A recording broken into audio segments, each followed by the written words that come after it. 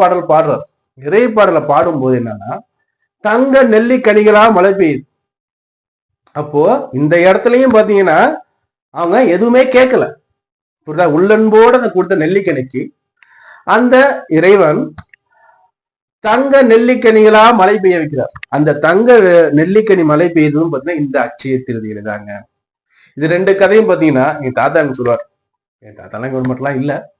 நான் என் தாத்தா சொல்ற விதம் பாத்தீங்கன்னா அவ்வளவு சூப்பரா இருக்கும்.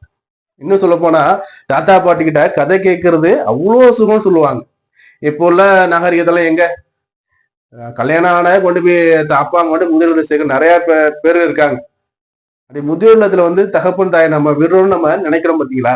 நம்மள பாரமா நினைச்சு நம்மள அனாதை இல்லத்துல கொண்டு போய் நம்ம அப்பா அம்மா விட்டு இருந்தா நம்ம நிலைமை என்ன ஆயிருக்கும்?